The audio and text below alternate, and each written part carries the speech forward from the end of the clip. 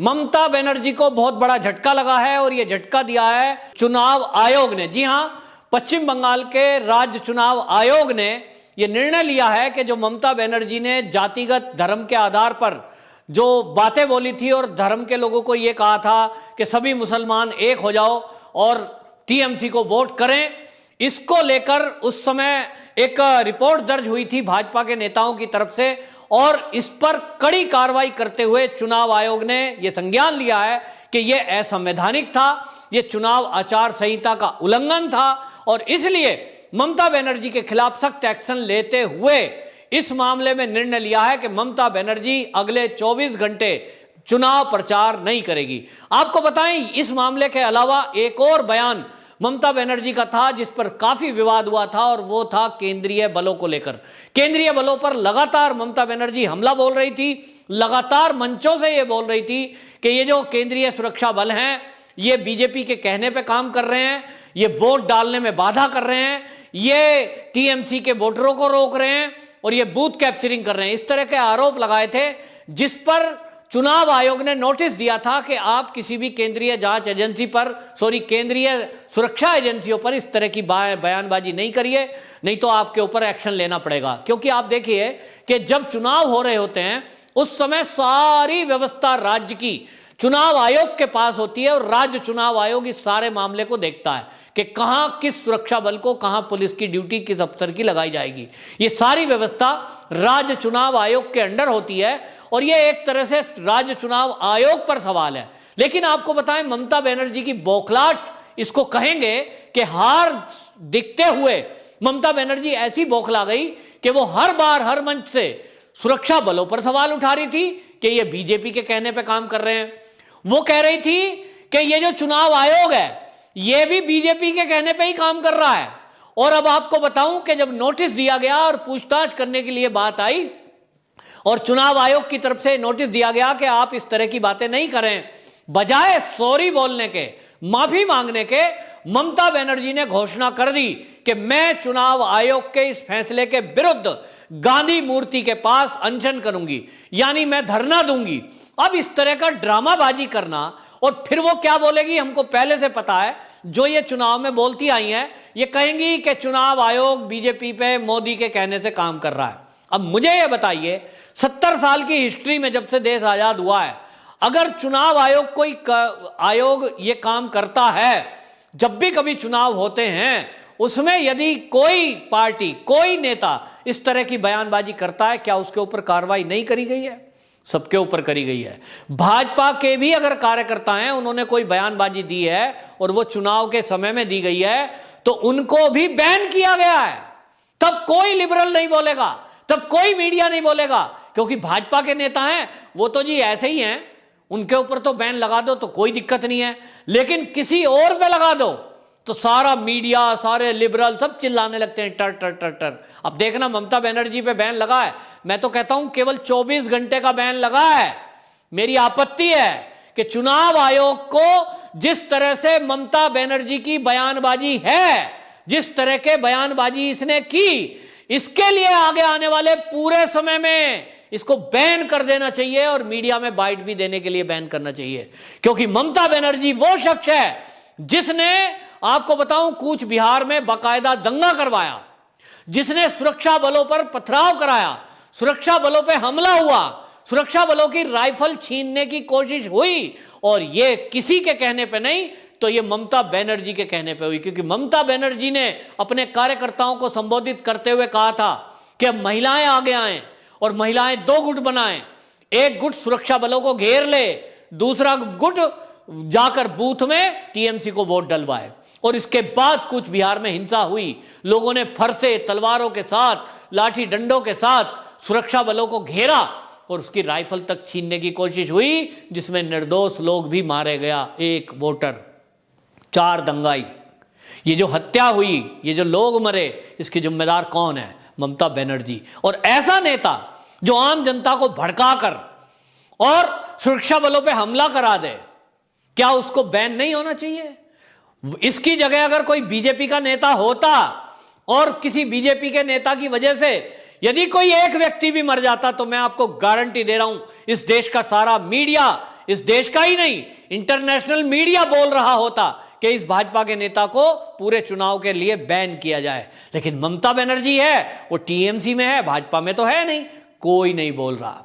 इसको बैन होना चाहिए। चुनाव आयोग ने बहुत ही हल्का कदम लिया है, हालांकि 24 घंटे का बैन करके एक संकेत दिया है ममता बनर्जी को कि यदि आप नहीं सुधरी और आपने इस तरह की बयानबाजी दोबारा दी तो आपके ऊपर अगली बार इससे भी कड़ा प्रतिबंध लगाया जाएगा। और यह प्रक्रिया है चुनाव आयोग की, अभी 24 घंटे के लिए लगाया गया है, फिर 3 दिन के लिए लगाया जाता है, फिर 7 दिन के लिए लगाया जाता है, और इस तरह से वो कार्यकाल बढ़ सकता है। लेकिन ममता बनर्जी बाज नहीं आ रही है। वो इस बात के बजाय कि वो क्षमा मांगे और चुनाव आयोग को लिखित में एक आश्वासन दें कि मैं अब आगे से अपनी किसी सभा में कोई भी धार्मिक उन्माद फैलाने के लिए बात नहीं करूंगी, कोई भी धार्मिक अपील नहीं करूंगी, और मैं चुनाव आयोग की आचार संहिता जो बनाई हुई है उसका पालन करूंगी।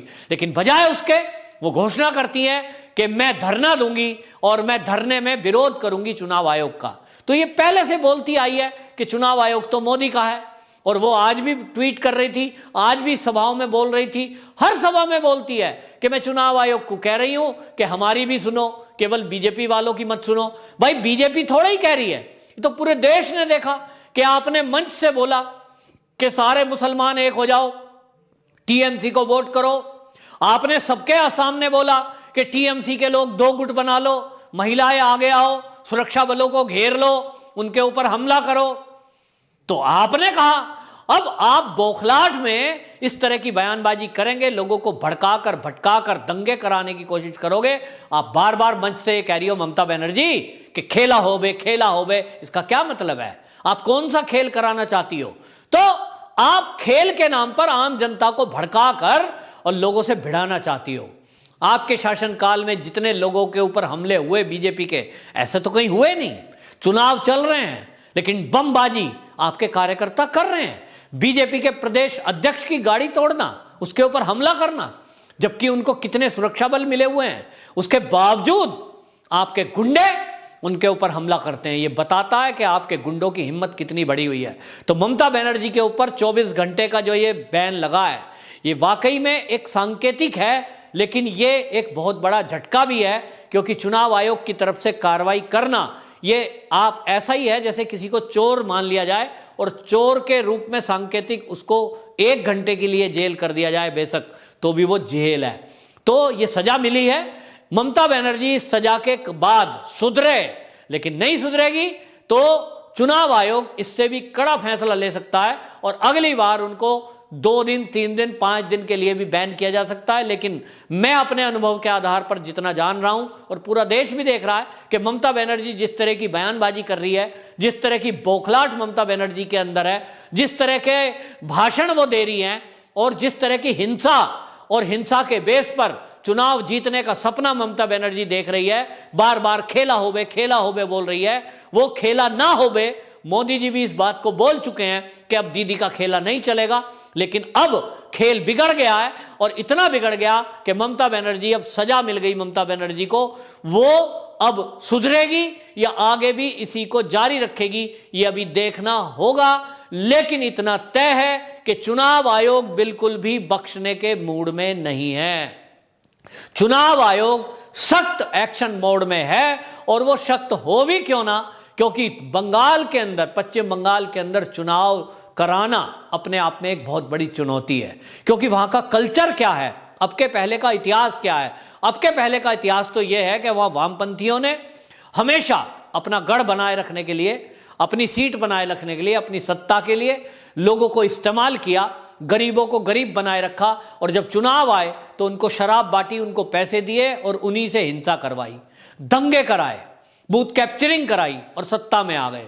ममता बनर्जी भी 2 टर्म में जो मुख्यमंत्री रही, उन्होंने सोचा कि कम्युनिस्टों का इसी तरह से मुकाबला किया जाता है, टोलाबाजी, बमबाजी, ये सब कुछ करके। लेकिन अब ममता बनर्जी का पाला बीजेपी से पड़ा है। बीजेपी के लोग हालांकि सह रहे हैं, लेकिन अब उनके साथ कानून है, और कानून से ये देश चलता है। ये किसी किताब से देश नहीं चलता है कि आपने कह दिया कि भाई इस तरह से साथ दो, इस तरह से एक हो जाओ। आप एक हो जाओ की बात कर रही हो तो आप चंडी पाठ क्यों कर रही हो? आप मुसलमानों की वोट आपको लेनी है तो आप मंच से कलमा पढ़ो। ममता बनर्जी, मैं आपको कहना चाहता हूं कि यदि आपको मुसलमानों की चिंता है, यदि आपको लगता है कि ये पश्चिम बंगाल का मुसलमान ही आपको जिता सकता है, तो ये ढोंग करना बंद करिए, चंडी पाठ करना बंद करिए, अपने को मां का भक्त कहना बंद करिए और घोषणा करिए कि मैं इस्लाम धर्म स्वीकार करती हूं, या मैं तो मुसलमान हूं, या तो मैं मुसलमानों को ही प्यार करती हूं, और कलमा पढ़ो मंच से, जो कर रही थी पहले से, तो आपको मुसलमानों की वोट मिल जाएगी।